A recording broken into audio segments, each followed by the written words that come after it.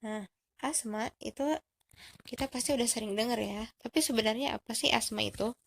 Asma itu adalah penyempitan saluran pernapasan utama pada paru-paru sehingga rasanya sesak napas gitu. Nah, kenapa asma bisa terjadi? Itu bisa banyak faktor. Yang pertama yaitu alergi terhadap benda asing seperti misal rambut kucing, debu gitu ya. Kemudian partikel-partikel lainlah yang bisa mengganggu sistem saluran pernapasan. Kemudian cuaca dingin, karena pada saat cuaca dingin itu peluang terjadinya apa ya penyempitan saluran pernapasan juga semakin besar. Nah, selain itu juga asma juga bisa disebabkan dari infeksi saluran napas. Nah, bagaimana supaya kita tidak terkena asma? Yaitu dengan menjauhi faktor-faktor penyebab yang memicu timbulnya serangan asma, yaitu debu, rambut hewan, gitu ya, dan cuaca yang dingin. Gitu. Jadi, kalau kita sudah tahu misalkan kita alergi terhadap rambut kucing atau debu misalkan, karena kita bisa asma, nah berarti kita harus menjauhi faktor-faktor itu gitu. Nah, asma itu bisa diobati dengan pemberian obat-obatan atau suntikan, yaitu hidrokortison dan sirup Ventolin atau salbutamol, dan nebulizer. Nebulizernya itu gas salbutamol untuk membantu melonggarkan saluran pernapasan gitu ya. Biasanya di spray-spray gitu juga bisa. Selanjutnya itu tuberkulosis atau disingkat TBC.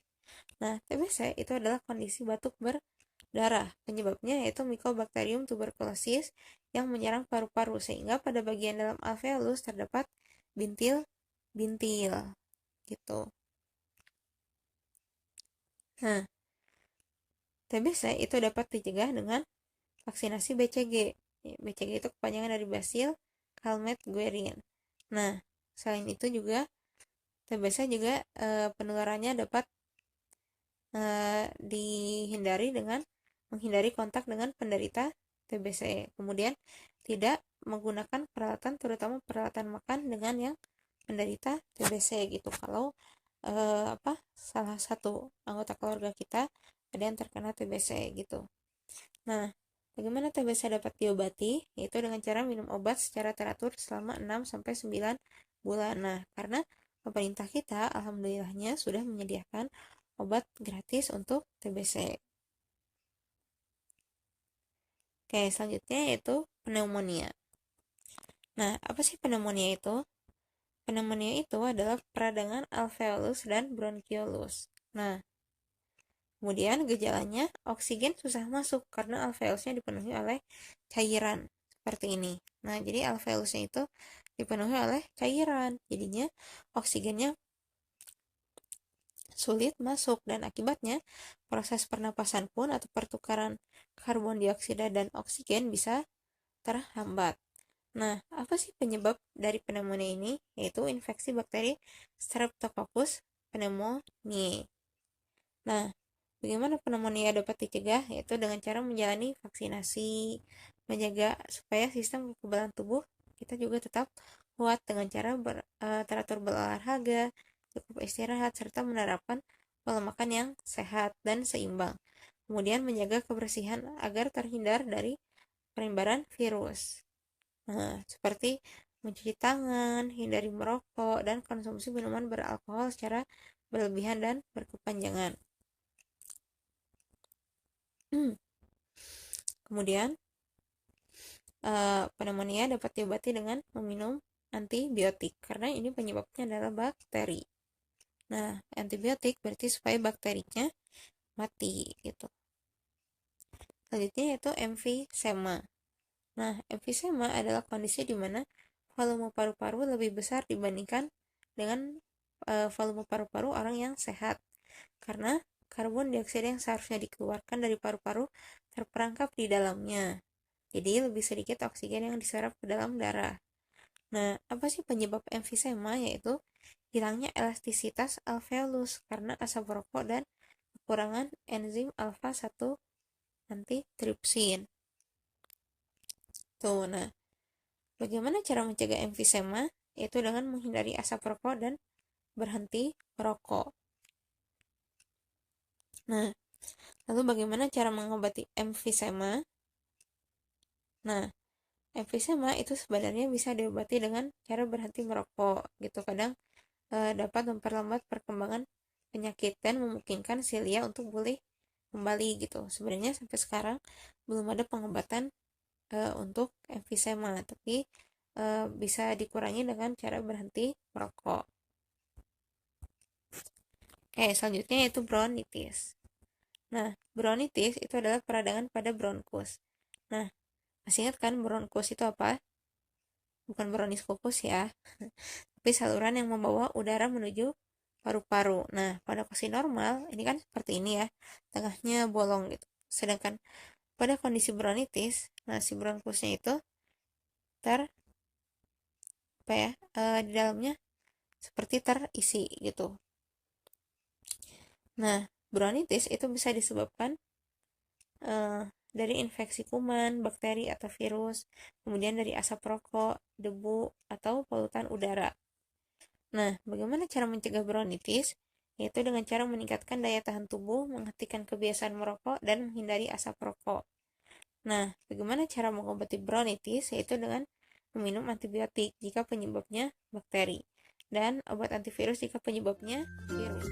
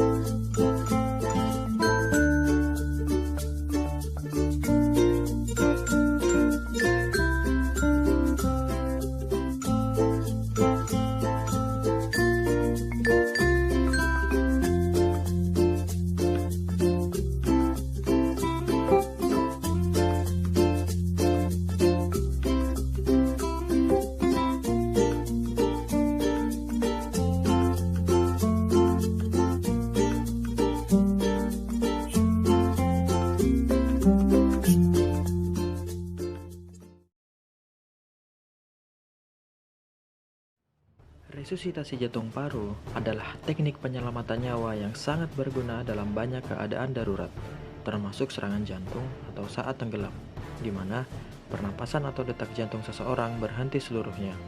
Ketika jantung berhenti, kekurangan darah beroksigen dapat menyebabkan kerusakan otak hanya dalam beberapa menit.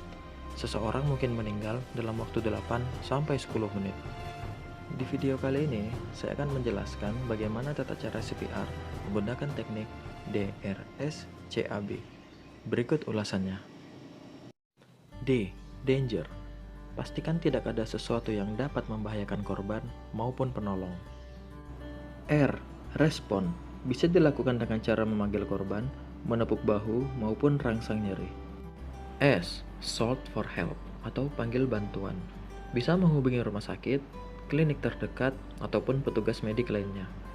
Sebutkan nama pelapor, apa yang terjadi, kondisi korban, lokasi tempat kejadian, dan juga bantuan yang dibutuhkan. Jika sudah, lanjut ke tahapan C atau sirkulasi. Pengecekan nadi dan nafas korban dilakukan secara bersamaan. Jika korban dalam kondisi tidak ada nadi dan tidak ada nafas, lanjut ke tahapan pemompaan atau kompresi. Kompresi dilakukan sebanyak 30 kali dengan durasi 16 sampai 18 detik. Setelah itu, A atau airway, pengecekan jalan nafas. Pastikan jalan nafas tidak ada sumbatan. Jika dirasa tidak ada sumbatan, lanjut ke tahapan B, yaitu breathing, memberikan nafas bantuan kepada korban sebanyak 2 kali.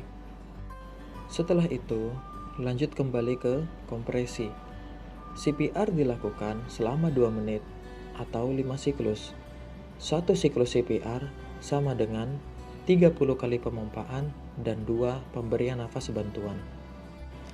Adapun hal-hal yang perlu diperhatikan dalam melakukan CPR adalah pastikan posisi tangan pada saat pemompaan lurus dan juga vertikal. Jangan sampai terlalu condong ke depan maupun ke belakang. Dan juga pandangan penolong mengarah ke wajah korban.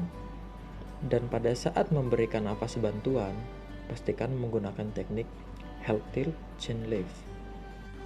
Jika sudah melakukan CPR selama 2 menit atau 5 siklus, lakukan evaluasi atau pengecekan nadi dan nafas korban kembali.